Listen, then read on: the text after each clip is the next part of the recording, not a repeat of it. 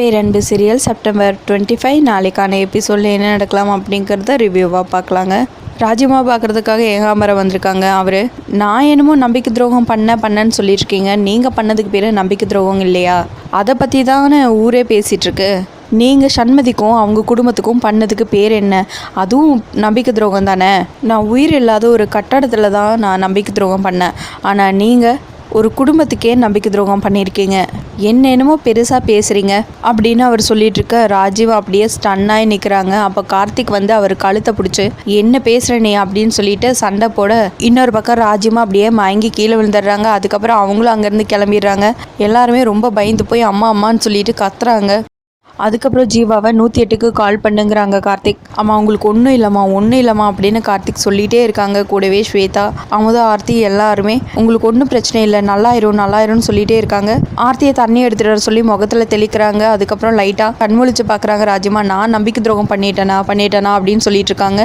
அம்மா உங்களுக்கு ஒன்றும் இல்லைம்மா, நீங்கள் அப்படியெல்லாம் எதுவும் பண்ணலாமா? ஜீவா லேட் பண்ணக்கூடாது, வா பேசாமல் கார் எடு, நம்ம கார்லேயே போயிடலாம் அப்படின்னு சொல்லிட்டு எல்லாருமே சேர்ந்து அப்படியே கார்கிட்ட கூட்டிகிட்டு வராங்க. கரெக்டாக 108 வந்துருச்சு. ராஜிமாவை 108 ஏற்றி ஹாஸ்பிட்டல் கூட்டிகிட்டு போகிறாங்க. ஒரு பக்கம் டாக்டர் செக் பண்ணிட்டு இருக்காங்க, இன்னொரு பக்கம் வெளியே நின்று எல்லாரும் அழுதுட்டு இருக்காங்க. அப்போ சண்மதியும் வந்துடுறாங்க. அதுக்கப்புறம் அவங்க அப்பாவும் வராங்க.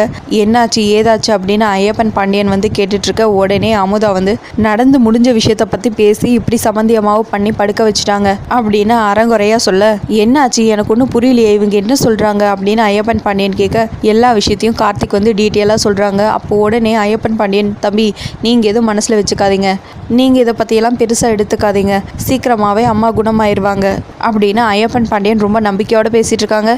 செக் பண்ணிட்டு இருந்த டாக்டர் வெளியே வராங்க. அவங்க இப்போ நார்மலாக இருக்காங்க அப்படின்னு சொல்லவும் எல்லாரும் பயங்கர சந்தோஷப்படுறாங்க.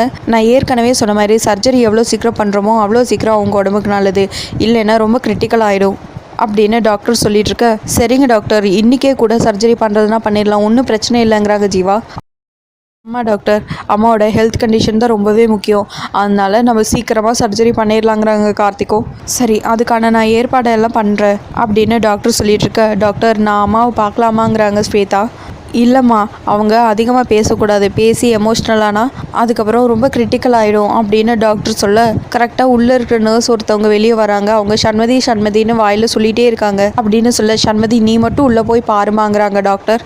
சண்மதி அப்படியே தயங்கியே நிற்கிறாங்க. உடனே ஐயப்பன் பண்ணிட்டு என்னம்மா இப்படி தயங்கி நிற்கிற, உள்ளே போய் பாருமாங்கிறாங்க.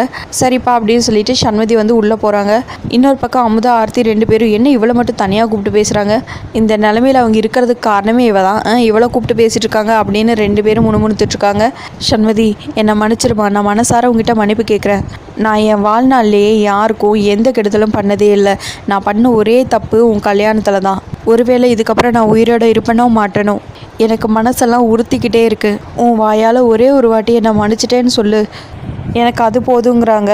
என்ன ராஜிமா இப்படியெல்லாம் பேசிகிட்டு இருக்கீங்க, எனக்கு ரொம்ப கஷ்டமாக இருக்குது, உங்களுக்கு எதுவும் ஆகாது, நீங்கள் 100 வருஷம் நல்லா இருப்பீங்க அப்படின்னு சண்மதியும் ஆறுதல் சொல்லிவிட்டு அங்கேருந்து வெளியே போயிடுறாங்க. அதுக்கப்புறம் என்ன சொன்னாங்க அப்படின்னு சொல்லி வெளியே இருக்கிறவங்களாம் கேட்க, ஒன்றும் சொல்லலைங்கிறாங்க சண்மதி. கார்த்திக் நான் உங்ககிட்ட கொஞ்சம் தனியாக பேசணும் அப்படின்னு சொல்லிட்டு கார்த்திகை தனியாக கூட்டிகிட்டு போகிறாங்க. அதுக்கப்புறம் ராஜிமா இந்த நிலமையில் இருக்கிறதுக்கு காரணமே நீ தான், அவங்க எவ்வளோ கம்பீரமாக இருந்தவங்க, அவங்கள போய் இப்படி என்கிட்ட மன்னிப்பு கேட்குற அளவுக்கு கொண்டு வந்து விட்டுட்டியே, உன்னோட சுயநலத்துக்காக இப்படி ஒரு வேலையை பண்ணிட்டியே, அவங்க என்னை கூப்பிட்டு என்னை மன்னிச்சிருன்னு சொல்கிறாங்க, எனக்கு எவ்வளோ கஷ்டமாக இருந்துச்சு தெரியுமா, நான் இதை போய் எல்லார் முன்னாடியும் சொல்ல முடியுமா, எல்லாரும் என்ன நினைப்பாங்க அப்படின்னு சொல்லி கார்த்திகை திட்டிட்டு சண்மதி அங்கேருந்து போயிடுறாங்க. அதுக்கப்புறம் கார்த்திக் வந்து எங்கள் அம்மாவோட ஆசைக்காக தான் நானே உன்னை கல்யாணம் பண்ணிக்கிட்டேன், வானதி மாதிரியே இருக்கிற உன்னை எப்படியாவது மருமகளாக்கிக்கணும்னு தான் அம்மா ஆசைப்பட்டாங்க, அது கூடிய சீக்கிரம் உனக்கும் புரியும் சண்மதி அப்படின்னு சொல்லிட்டு கார்த்திக் மனசுக்குள்ளேயே யோசிக்கிறாங்க. அடுத்ததாக சண்மதி சாமிக்கிட்ட போய் வேண்டிக்கிறாங்க. ராஜிமா என்னை மன்னிச்சிருன்னு சொல்லி கேட்கும்போது என்னோட கோவம் எல்லாம் எங்கே போச்சுன்னே தெரியல, ஆனாலும் அவங்க என்னோட அத்தை மாமியார்னு என்னால் ஏற்றுக்க முடியல, ஆனால் ராஜிமாவே எனக்கு ரொம்பவே பிடிக்கும், அவங்களுக்கு எதுவும் ஆயிடக்கூடாது, அவங்க நல்லா இருக்கணும் அப்படின்னு சொல்லிட்டு சாமிக்கிட்ட சண்மதி வேண்டிக்கிறாங்க. அதோட எபிசோடு முடிச்சிருக்காங்க. உங்களுக்கு இந்த வீடியோ பிடிச்சிருந்தா லைக் பண்ணுங்கள், ஷேர் பண்ணுங்கள், கமெண்ட் பண்ணுங்கள், அப்படியே சப்ஸ்கிரைப் பண்ணுங்கள். தேங்க்யூ.